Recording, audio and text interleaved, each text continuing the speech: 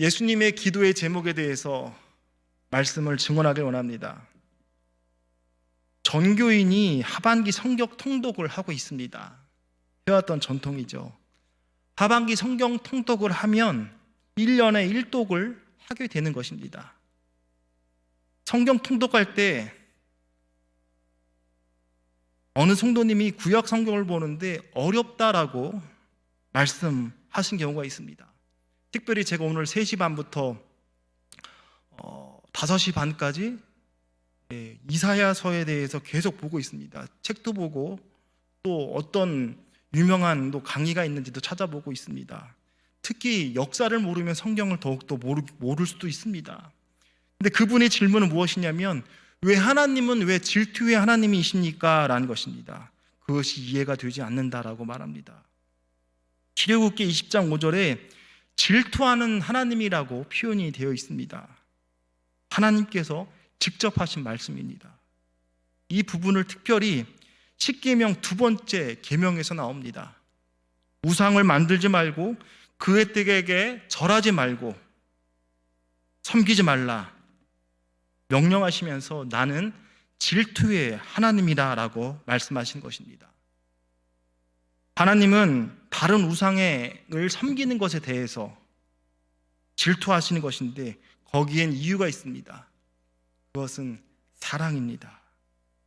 사랑하기 때문에 하나님께서 택하시고 구원하셔서 당신의 백성을 심는 것입니다. 이사야서에서 보는 메시지가 참 많습니다. 이사야는 왕족 출신입니다. 이스라엘 백성들이 깨닫지 못하니까 3년 동안 빨개벗게 하시면서 그것을 다니게 하십니다. 구약의 바울이라고 말하는 이사야입니다. 근데 하나님께서 이방 민족은 심판하지만 애굽 민족,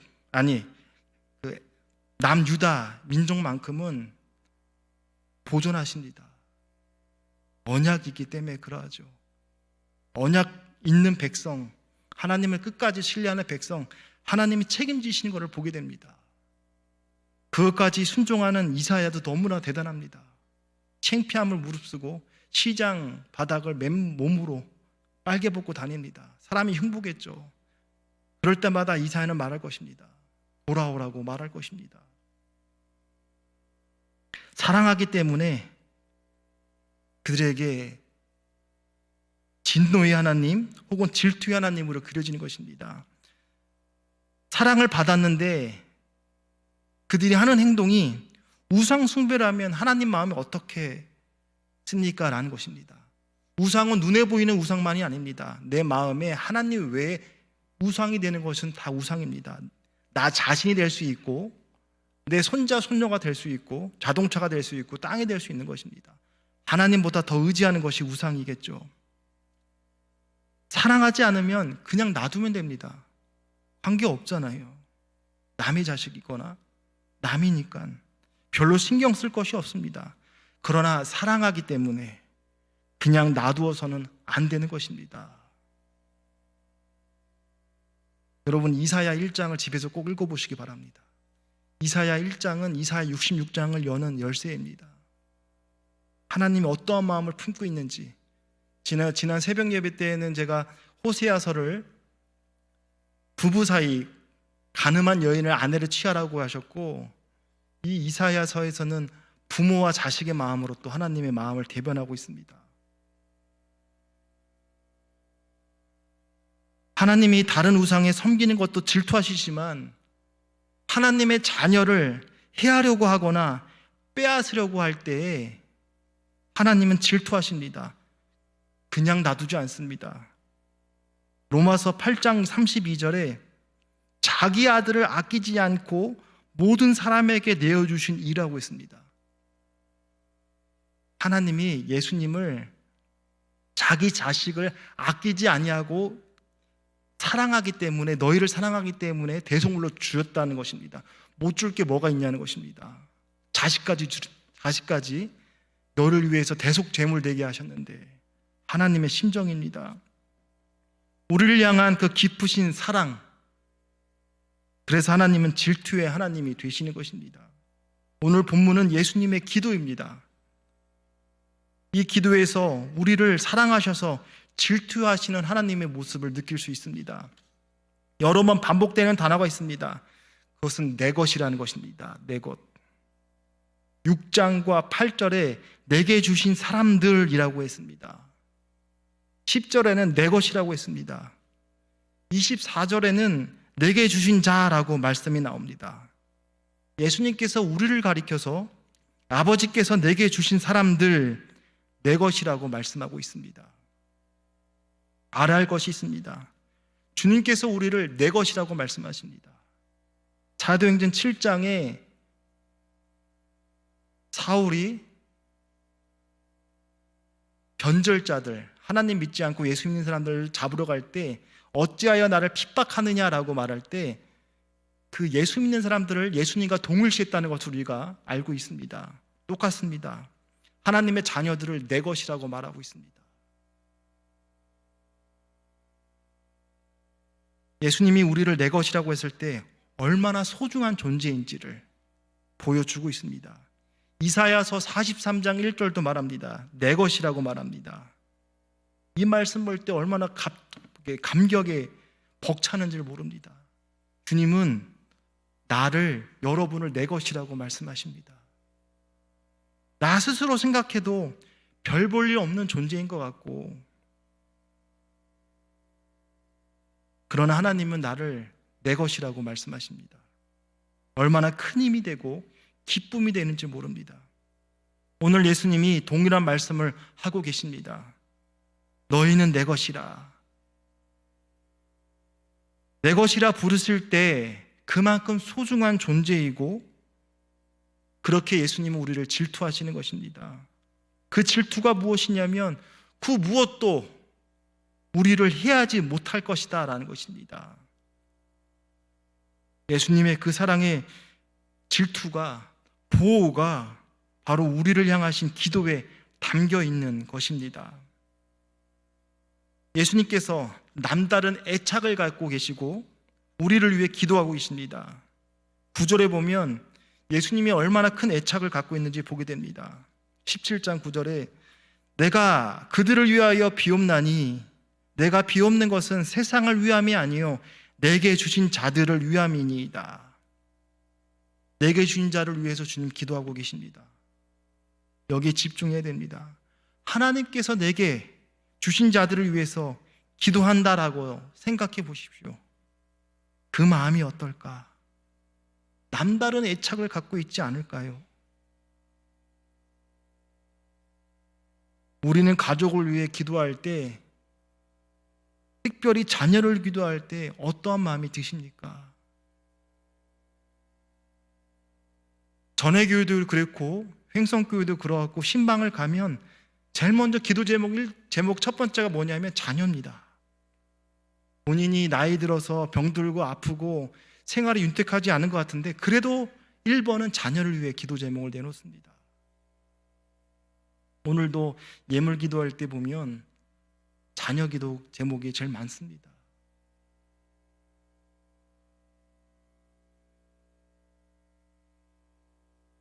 남다른 강한 애착심을 갖고 있습니다. 자녀에 대한 기도만큼은. 다른 사람을 위해서 얼마밖에 기도하지 못합니다. 자녀를 위해서 기도하라고 하면 간절한 마음으로 기도합니다. 왜일까요? 내 것이기 때문에 그러합니다. 하나님께서 내게 주신 자녀이니까 그런 애착심이 생기는 것입니다. 예수님은 질투하시는 사랑이라고 했는데 12절에 보면 우리 가운데 한 사람도 잃어버리지 않기 위해서, 한 사람도 잃어버리지 않기 위해서 주께서 우리를 보존하여 주신다라고, 보존하여 지키신다라고 말씀하고 있습니다. 예수님께서 우리를 사랑하시기 때문에 아무도 그 무엇도 우리를 손대지 못하게 하도록 한순간도 눈을 떼지 않고 우리를 지켜보고 계신다라는 것입니다.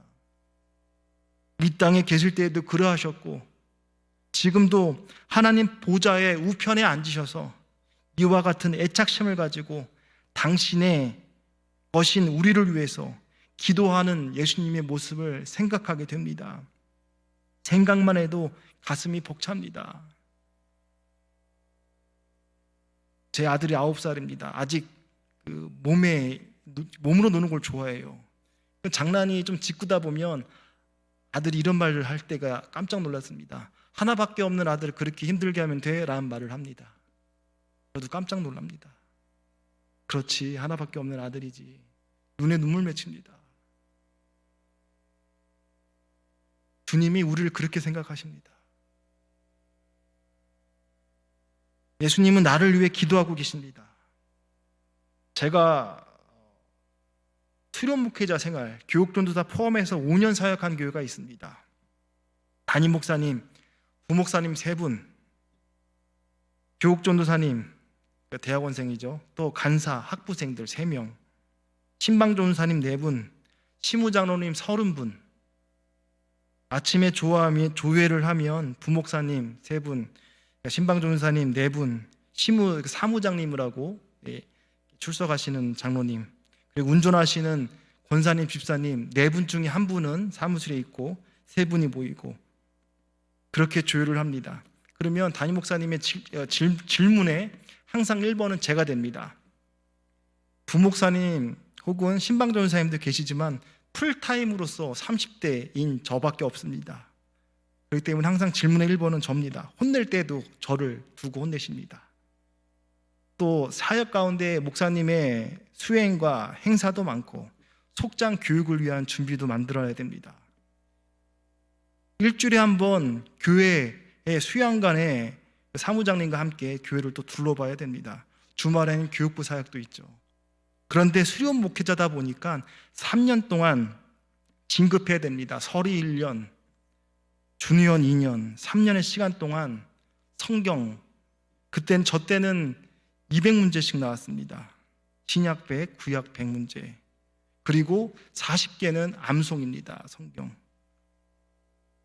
또 신학 문제도 풀어야 되고 논문도 써야 했습니다. 시험 때가 다가오면 새벽 예배 마치고 사무국에 들어갑니다. 졸 때도 많죠. 피곤하니까 사역이 늦게까지 하기도 하고 행사도 많고 엎드리면서 기도하면서 시험을 치렀던 기억이 납니다.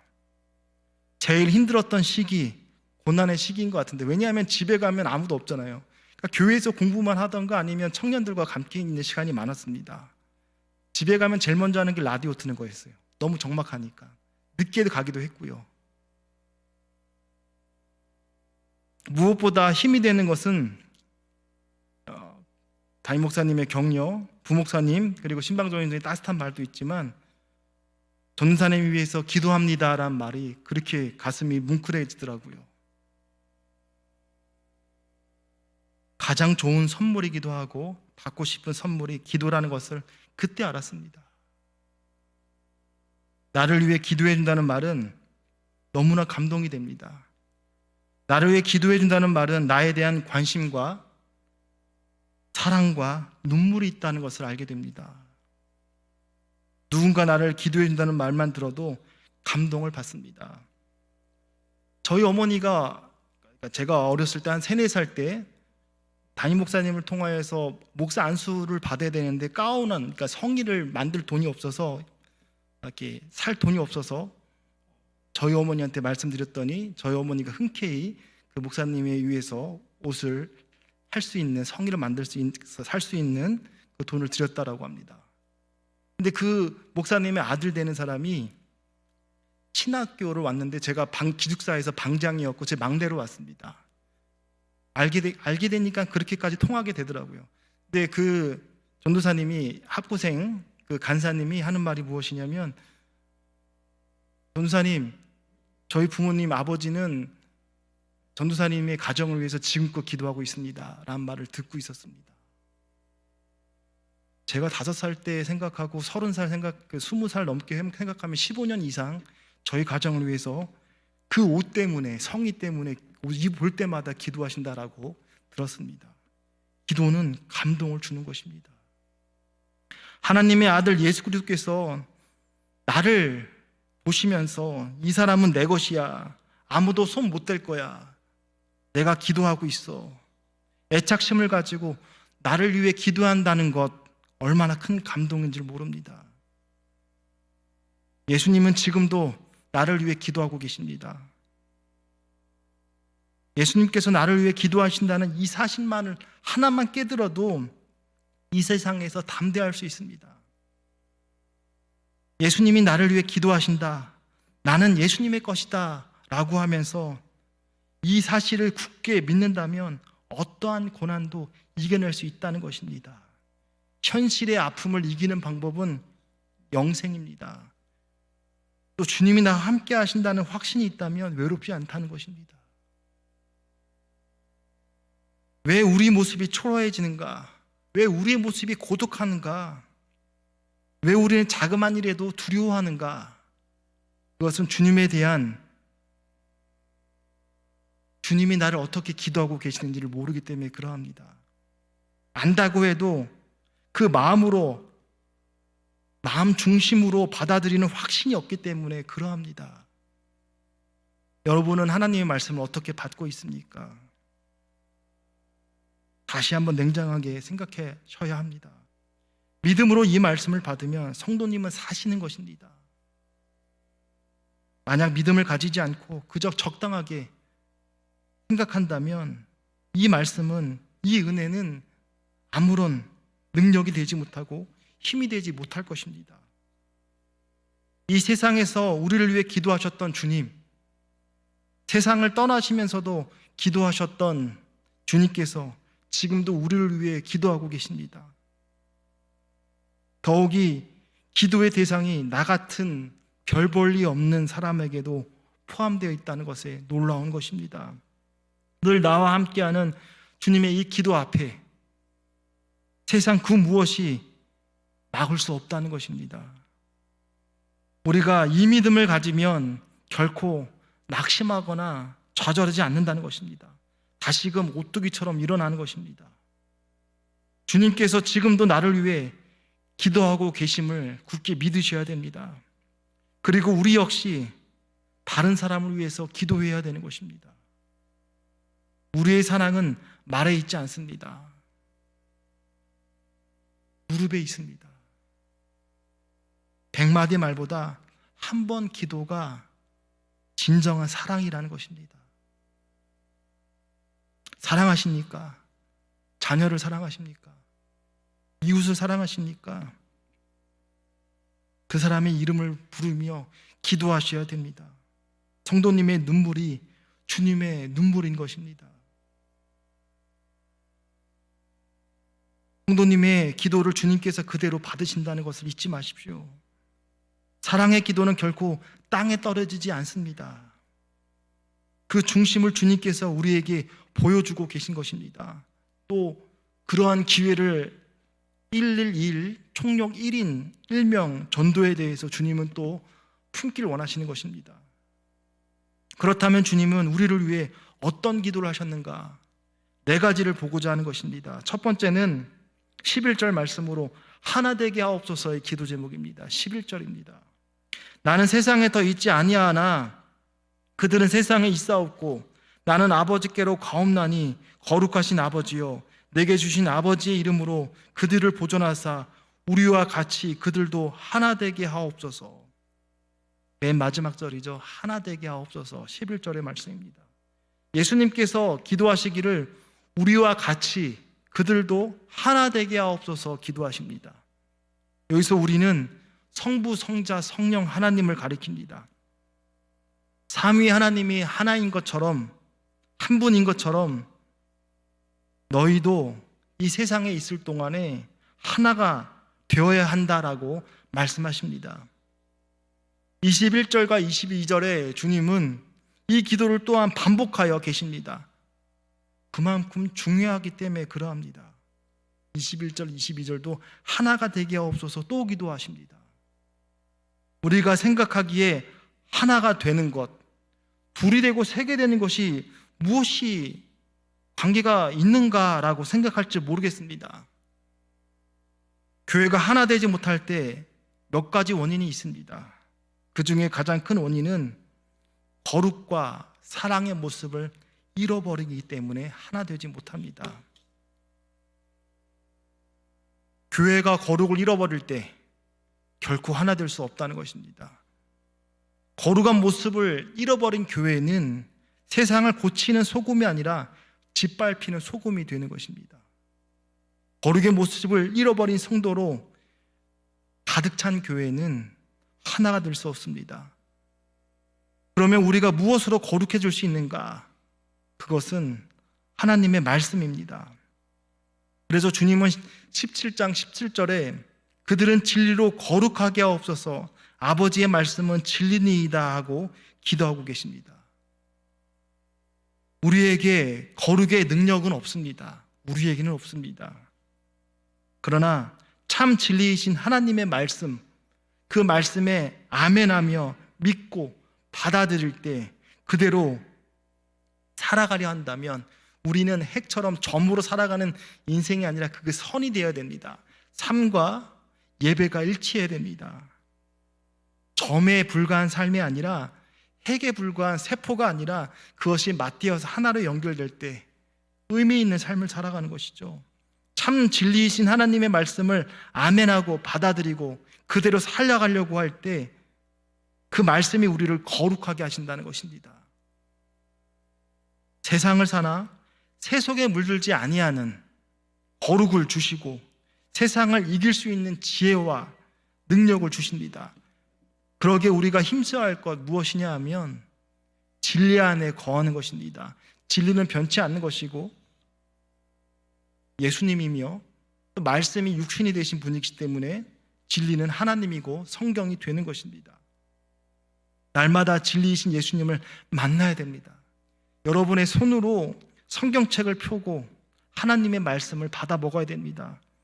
생명의 떡이신 예수님을 먹어야 됩니다.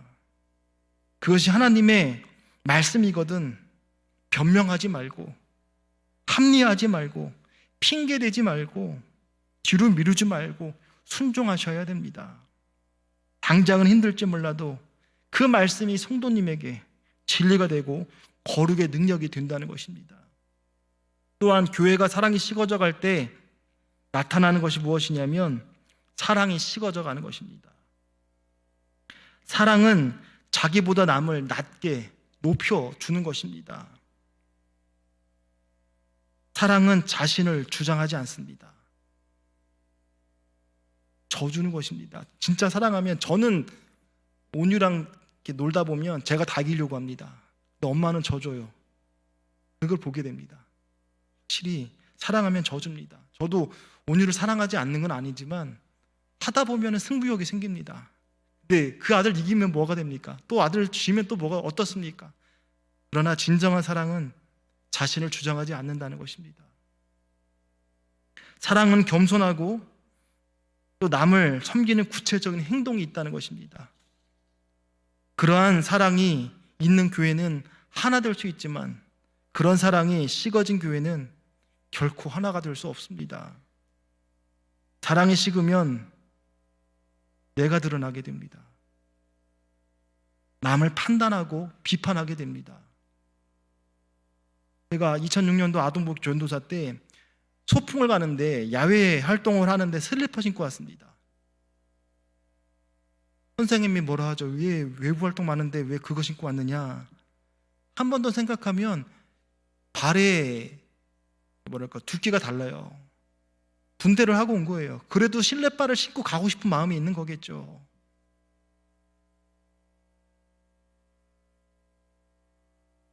사랑이 식으면 주인 행세하고 싶어 합니다. 서로 존중하고 섬기지 않습니다. 자기를 희생하며 섬기기보다 편하게 있길 원해요. 섬김 받길 원해집니다. 교회의 능력은 거룩에 있고 사랑에 있습니다. 예수 믿는 사람 역시 거룩에 있고 사랑에 있습니다. 교회가 하나 될 수 있는 힘은 바로 거룩과 사랑입니다. 거룩함과 사랑이 식어지거나 없어져 버리면 하나 되지 못하고 아무런 능력도 나타나지 못하며 오히려 해악을 끼치는 존재가 되는 것입니다. 세상에 소금으로 부르셨는데 소금이 맛을 잃으면 길에 버려져 사람들의 밟히고 입에 씹히는 것입니다. 악한 세상에서 주님의 교회가 하나 되지 못하면 복음으로 이 세상을 이길 수 없을 뿐만 아니라 하나님의 영광을 드러낼 수도 없을 것입니다. 이런 의미에서 하나 되는 것은 너무나 중요합니다. 예수님께서 2번이나 반복해서 하나 되기 위해서 기도하고 계십니다.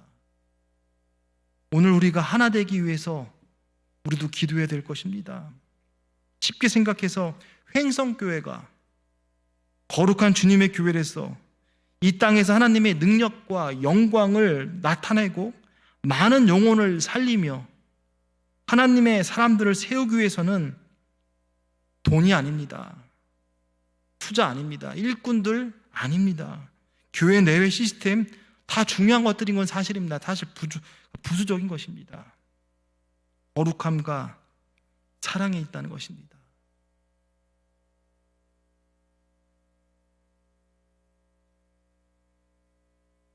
교회가 평안하면 부흥된다는 것입니다. 이때 평안은 거룩과 사랑이라는 것입니다. 여기에 능력이 있고 여기에 열매가 있습니다.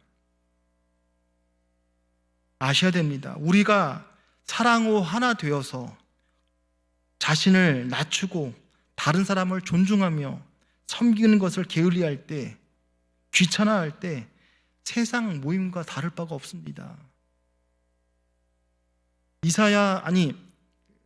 히스기야를 18만 5천 명 북이스라엘 멸망시키고 남유다를 포위한 다음에 하나님이 히스기야가 기도합니다. 처음에는 뇌물을 주면서 잘 봐달라고 하지만 하나님과 세상적인 방법을 지혜했지만, 그러나 그가 나중에 하나님 앞에 엎드려서 기도함으로 하룻밤 사이에 18만 5천 명이 산송장이 되어버리죠. 근데 그 다음에 그가 병을 얻었습니다. 죽을 것 같습니다. 근데 하나님께서 그를 죽이지 않습니다. 왜냐하면 언약 때문에 그럽니다. 그때까지 히스기야는 아들이 없었습니다. 15년 연장받을 때 므낫세를 낳습니다. 남유다의 그런 가장 악한 왕이라고 말할 수 있는 므낫세. 어찌됐건 히스기야가 죽지 않는 이유 중에 하나가 그에게 자손이 없습니다. 하나님께서 다윗의 혈통을 통하여서 그 대대에 이를 때 히스기야는 대가 끊기기 때문에 하나님께서는 언약적으로 그를 사랑하고 또 돌보신 것을 보게 됩니다. 하나님의 언약이 있기 때문에 그가 거룩하지 않아도, 그가 문제가 있어도 그를 사랑하시는 것입니다. 횡성교회가 지금보다 더 교회로 나아가기 위해서 주님께서 친히 행하시는 증거들이 나타나야 됩니다. 주님의 임재가 있고 예배의 은혜가 넘치고 모든 교인들이 즐겁게 섬기고 말씀을 사모하며 순종하는 삶을 살아야 되는 것입니다. 교회가 늘 밝고 분위기가 좋은 상황 가운데 예배를 마치고 돌아가는 성도님의 얼굴이 밝아야 됩니다. 남다르겠죠. 괜히 좀 안다고 주인 행세하는 사람들만 많으면 시끄러울 것입니다. 사도행전 2장 42절에 초대교회에 대해서 3가지를 생각합니다. 사도의 가르침을 받아 온전한 하나님의 선포가 있었습니다. 말씀이 있었습니다. 그리고 2번째는 서로 교제하며 떡을 떼며 서로 교제했습니다. 안타까운 비대면 사회, 물론 이제 위드 코로나로 전환되고 있지만 모여야 됩니다. 교회는 서로 위로하고 주님의 사랑에 떡을 떼는 것이 있었습니다. 2번째는 모였습니다. 3번째는 오로지 기도에 힘쓰니라. 우리 초대교회에서는 참다운 예배, 말씀 선포와 성도의 교제와 3번째 기도하기에 힘쓰는 교회였습니다.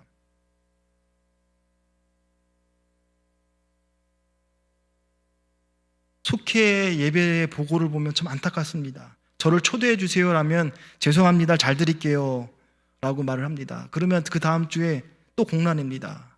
안타깝습니다. 참 안타까울 때가 많습니다. 또 기도 때문에, 수요 예배 임사 때문에 전화드리게 되면 참 여러 가지 사정과의 이유를 듣게 됩니다. 안타깝습니다. 주님 앞에 나오는 시간이 우선순위가 뒤로 가 있는 것을 보게 됩니다. 왜냐하면 이 땅의 삶이 중요하기 때문에 라고 말을 하지만 정말 중요한 것이 무엇인가 라고 생각하게 되는 여지가 많습니다.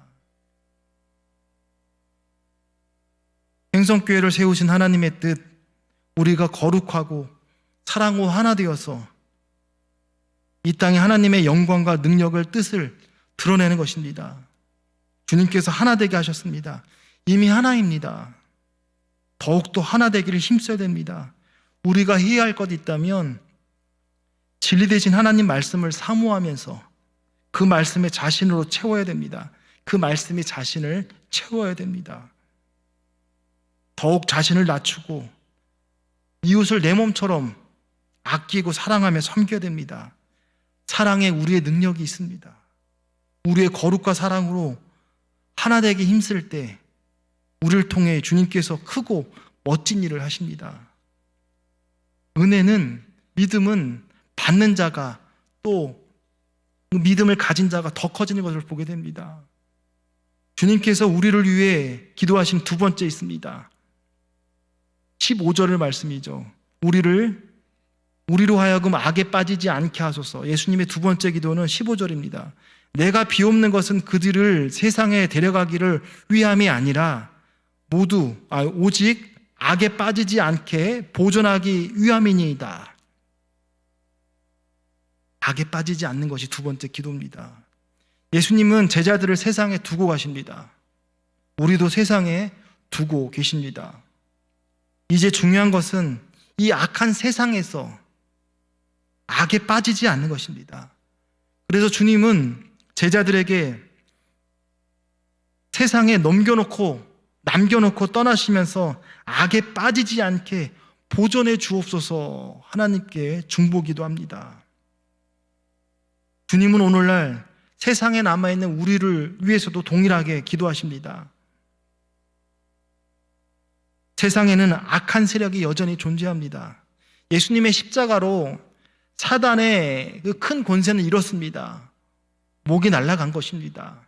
그러나 아직 예수님이 재림지로 오신 것이 아니기 때문에 끝까지 발악을 하면서 자신의 때가 얼마 안 남기 때문에 더욱더 하나님의 사랑하는 자녀들을 이간질시키고 미움을 심어서 떨어뜨리게 하는 것입니다. 끊임없이 우리를 유혹하고 있습니다. 공격하고 있습니다. 그를 성도들에게 공격하는 것입니다. 우리는 어떠한 사람인가라는 걸 생각하게 됩니다. 악한 세상에 속한 자들이 아니라는 것입니다.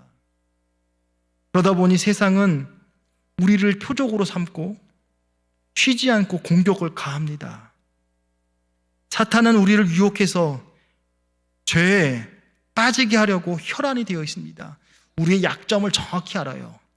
우리가 왜 죄악에서 벗어나지 못하느냐? 우리의 약한 것들을 그 또 죄의 달콤함을 이용하는 것입니다. 탐닉하게끔 하고 빠지게 하는 것이죠. 우리가 건강하게 신앙생활을 할 수 없게 하려고 온갖 함정을 파놓고 우리를 기다리고 있습니다. 그러므로 우리는 악에 빠지지 않기 위해 정신을 바짝 차려야 되는 것입니다. 악의 유혹을 피하고 악을 대적하기 위해서 우리는 힘이 없습니다. 하나님의 보호를 기다릴 수밖에 없다는 것입니다. 우리의 힘으로 모든 악을 다 이길 수 없습니다. 주님은 15절에 이들을 보존하사 악에서 지켜주옵소서 기도하고 계십니다. 주님은 지금도 우리를 위해서 똑같이 기도하고 계십니다. 우리가 이만큼 건재한 것도 다 이 기도 덕분인 것입니다. 예수님이 이 기도가 없다면 이 세상에서 우리는 살아남을 수 없다는 것입니다. 지금의 내가 있는 것, 오직 나를 사랑하셔서 나를 위해 중보하시는 주님의 은혜라는 것입니다. 나의 나된 것, 하나님의 은혜인 것입니다. 주님께서 우리를 보고 계시고 또 이 기도를 하라고 말씀하고 계십니다. 주기도문에도 가르쳐 주십니다. 마태복음 6장 13절에 시험에 들지 말게 하옵시고 다만 악에서 구하옵소서. 하나님의 보호하심 없이는 절대 우리가 악한 세상의 공격에서 이기고 살아남을 수 없기 때문에 그러합니다. 요한복음 16장 33절에 말씀하시죠. 환난을 당하나 담대하라. 내가 세상을 이기었노라. 무슨 말일까요? 환난을 당해. 나도 당했어. 그러나 담대해. 내가 세상을 이겼잖아. 너희도 세상을 이길 힘을 줄 거야. 감당할 시험만 허락하시고 감당치 못할 때에는 피할 길을 내시는 또 서신서의 말씀을 생각하게 됩니다. 성도님들은 이 세상이 두렵습니까? 지금도 하나님 우편에 악에 빠지지 않도록 나를 위해 기도하시는 주님의 계심을 믿으셔야 됩니다. 때론 주님이 주무시는 것 같고 내가 필요할 때 찾아오지 아니하는 것, 나는 버려진 존재인가? 하나님이 힘이 없는가? 온갖 생각을 많이 하게 됩니다. 살려달라고 소리칠 때 침묵하십니다. 주님은 하나님 우편에서 나를 위해 기도한다는 사실을 의심하지 마셔야 됩니다. 주님께서 기도하시는 이상 이 악한 세상에서 우리를 삼킬 자가 아무도 없다는 것입니다. 세 번째 예수님의 기도가 있습니다. 17절이죠. 진리로 거룩하게 하옵소서. 아버지의 말씀은 진리니이다. 거룩하게, 진리로 거룩하게 기도하고 계십니다. 성도님 중에는 이렇게 생각할 수도 있습니다. 나는 어제도 죄를 지었고 오늘도 죄를 지었는데 거룩이 무엇이냐고 목사님 거짓말 하시는 거 아시냐고 생각할지 모르겠습니다. 그러나 그것은 중요한 사실을 믿지 못하기 때문에 그러합니다. 우리는 거룩합니다. 왜냐하면 거룩하신 하나님이 내 것이라고 소유를 인정하셨고 그리고 예수님이 소유이기 때문에 우리는 거룩한 존재입니다. 우리는 하나님에 의해서 세상으로부터 구별된 사람들입니다. 예수님을 구주로 고백했다면, 하나님의 자녀가 됐다면 그 책임과 혹은 그가 잘못될 때 책임자는 누구냐면 하나님이 되는 것입니다. 부족하고 연약하죠. 그러나 우리가 주님을 주님으로 고백했다면 나의 보호자 되시는 하나님께서 함께 하시기 때문에 우리는 거룩한 자가 되는 것입니다. 제가 군대에 있을 때 고참이 선임한테 혹은 부사관 혹은 직원들한테 잘 보이고 있다면 그 고참으로 인해서 후배가 보호를 받습니다. 그러나 고참이 인정받지 못하는 고참이라면 후배들이 되게 위험한 상황이 됩니다. 밑에 있는 애가 실수할 수 있어요. 그러면 고참이 남모를 사연이 있습니다라고 하면서 다독이면서 세워줄 수 있어요. 그러나 고참이 네가 바르지 못하기 때문에 그런 거야 라고 치부할 수도 있게 되는 것입니다. 그러나 하나님께서 우리를 보호하고 위하시기 때문에 아무 해할 자가 없다는 것입니다. 세상으로부터 구별된 사람, 우리 안에 성령님이 계십니다. 그러므로 우리가 거룩한 것입니다. 우리는 주님께서 주신 이 거룩을 지켜야 됩니다. 이 세상은 악한 곳입니다. 그렇기 때문에 자칫 잘못하면 주님 바라보지 아니하면 우리는 거룩을 잃어버리기 쉽습니다. 우리는 주님의 거룩을 지키기 위해 힘써야 됩니다. 그렇다면 무엇으로 지킬 수 있을까? 디모데전서 4장 5절의 말씀처럼 말씀과 기도로 거룩하여 지니라 라고 했습니다. 말씀과 기도로 거룩해진다. 먼저는 하나님의 말씀을 지켜야 됩니다. 앞에 말씀드린 것처럼 하나님의 말씀을 마음에 두고 항상 그 말씀을 지킬 때 우리는 거룩해질 수 있습니다. 하나님의 말씀을 보면 우리가 어떻게 거룩을 지켜야 되는가라는 것을 알 수 있습니다. 먼저는 하나님의 말씀을 가까이 해야 합니다. 말씀을 가까이 하지 않고서는 변화가 없습니다. 말씀을 될 수 있는 대로 많이 읽고 될 수 있는 대로 많이 묵상하고 또 그 말씀을 많이 배워야 됩니다. 그리고 그 묵상한 말씀을 가지고 기도하는 것입니다. 하늘의 뜻이 이루어진 것처럼 이 땅에도 이루어달라고 기도하는 것입니다. 그럴 때 그 말씀이 내 안에 진리가 되어서 거룩의 능력이 되고 치유의 능력이 되고 평안과 자유함에 임하는 것입니다. 왜 주님의 뜻대로 살려고 하는데 자꾸만 시험이 들까? 내 힘으로는 안 된다는 것입니다. 나의 거룩으로 지킬 수 없습니다. 보통의 종교들은 자력 구원을 얘기합니다. 자신의 수행을 통해서 자신이 변화될 수 있다고 말합니다. 조금은 됩니다. 그러나 변하지 않습니다. 인간의 본성은 변하지 않습니다. 돼지에게 진주 목걸이가 의미가 없는 것입니다. 진리의 말씀을 가까이 하십시오. 하나님의 말씀을 통해 거룩하신 하나님을 만나야 되는 것입니다. 하나님을 알아가는 지식이 성도 안에서 커져간다면 그리스도의 사랑, 넓이, 길이, 높이가 어떠함을 알게 될 때 거룩한 백성으로 살아갈 수 있다는 것입니다. 마지막 네 번째, 예수님의 우리를 위한 기도 네 번째는 24절입니다. 주님의 영광에 우리 모두가 참여할 수 있게 해달라고 기도하고 있습니다. 24절, 아버지여 내게 주신 자도 나 있는 곳에 나와 함께 있어 아버지께서 창세 전부터 나를 사랑하셨으므로 내게 주신 나의 영광을 그들로 보게 하기를 원하옵나이다. 나와 함께 있어 내게 주신 영광을 그들로 보게 하옵소서라고 기도하는 것입니다. 예수님께서 지금 누리고 있는 영광은 우리가 상상할 수 없는 정도입니다. 잠시 생각할 수 있는 구절이 있습니다. 베드로와 야고보와 요한이 예수님의 그 변화산, 예수님의 변화되는 것을 보게 됩니다. 예수님을 따라 산에 올라갔는데 예수님의 모습이 바뀐 것을 보게 됩니다. 그 모습이 얼마나 영광스러웠던지 베드로가 집을 짓겠다고, 초막을 짓겠다고 말합니다. 마태복음 17장 4절을 의역하면, 편하게 얘기하면 이렇습니다. 주여 우리가 내려가지 말고 여기서 삽시다. 내가 나뭇가지들로 텐트를 칠 테니까 여기 있읍시다 라고 말한 것과 같습니다. 사실 이 말은 어찌 보면 의미가 없습니다. 텐트만 있습니다. 무엇을 먹을 건가? 물이 있어야 되는데 아무것도 없는 산 꼭대기에서 어떻게 살겠습니까? 그러나 이 말하는 것은 그 영광이 얼마나 대단하고 황홀했는가 생각하게 됩니다. 기억하셔야 됩니다.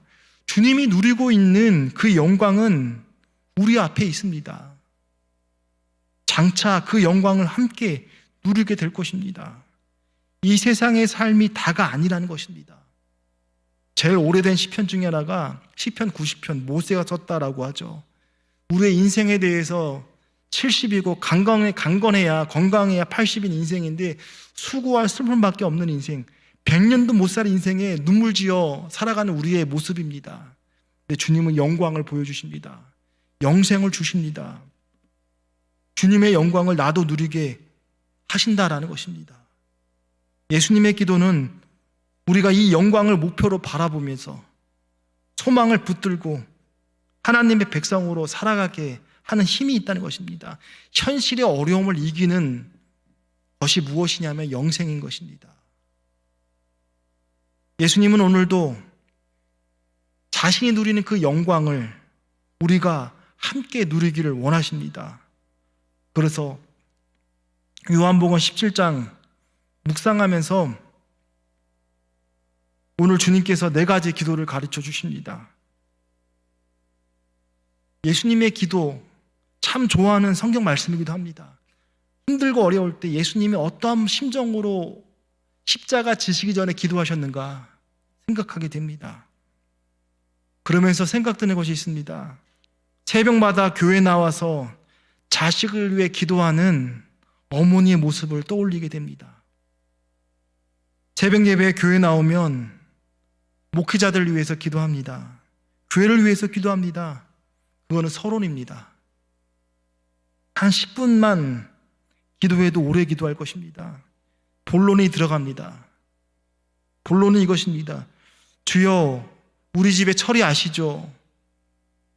이 아들 불쌍히 여겨주세요. 주여, 우리 집에 영이 아시죠? 이 딸 긍휼히 여겨주세요. 입만 열면 1시간도 좋고 2시간도 좋은 것입니다. 우리 어머니들의 기도의 모습입니다. 새벽에 나오면 전부 자녀를 위한 기도입니다. 기억에 남는 성도님이 얘기하신 것이 있어서 말씀드립니다. 아버님 생신이었답니다. 어머니께 식사 기도를 부탁드렸답니다. 보통 식사 기도하면 드려진 음식을 놓고 감사 기도하는 것이 옳을 것입니다. 바를 것입니다. 식탁에 앉아서 눈을 감고 어머니가 기도하십니다. 아버지부터 시작해서 형제, 손자, 손녀까지 줄줄이 엮어서 기도하시는 것입니다. 그런데 고기 냄새는 나고 배는 더욱더 고파지는데 기도가 끝나니까 밥과 국이 다 식었다는 것입니다. 어린 조카 녀석은 졸고 있습니다. 이것이 어머니의 마음입니다.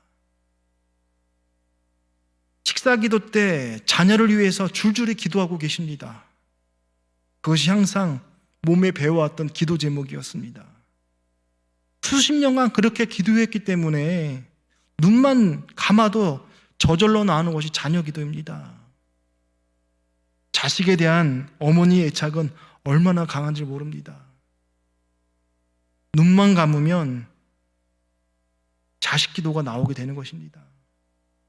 이런 어머니를 생각하면서 하나님 우편에서 우리를 위해서 기도하시는 예수님을 생각하게 됩니다. 예수님께서 우리를 가리켜 내 것이라고 하셨습니다. 우리를 내 것이라고 말씀하셨으니 우리가 얼마나 주님께 사랑을 받는 자이고 얼마나 귀중한 자인가라는 것을 생각하게 됩니다. 요한복음 13장에도 제자를 사랑하실 때 끝까지 사랑하십니다.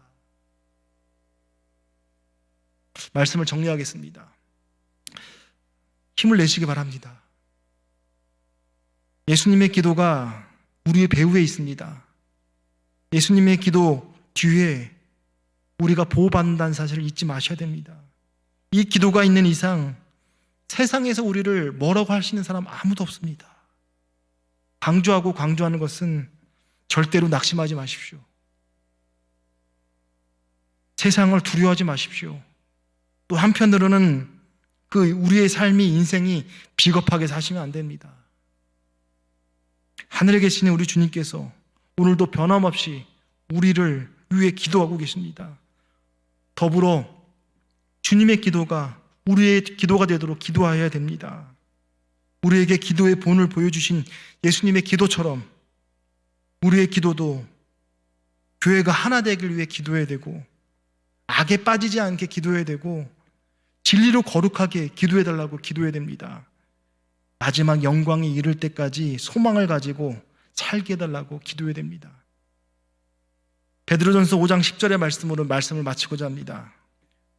모든 은혜의 하나님 곧 그리스도 안에서 너희를 부르사 자기의 영원한 영광에 들어가게 하신 이가 잠깐 고난 당한 너희를 굳건하게 하시며 강하게 하시며 털을 견고하게 하시리라. 기도하겠습니다.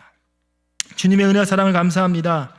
주님께서 우리를 강건하게 하십니다. 굳건하게 하십니다. 견고하게 하십니다. 오늘 예수님의 기도에 대해서 깊이 묵상합니다. 하나 되길 위해 기도하셨습니다. 악에 빠지지 않게 기도하셨습니다. 진리로 말씀으로 거룩하라고 말씀하십니다. 그리고 절대 주님의 영광의 소망에 참여하게 될 거니까 인내하라고 또 당부하십니다. 주님의 영원에 이를 때까지 믿음 가지고 정도를 걷는 자가 되게 하여 주옵소서. 예수님의 이름으로 기도합니다. 아멘. 찬송가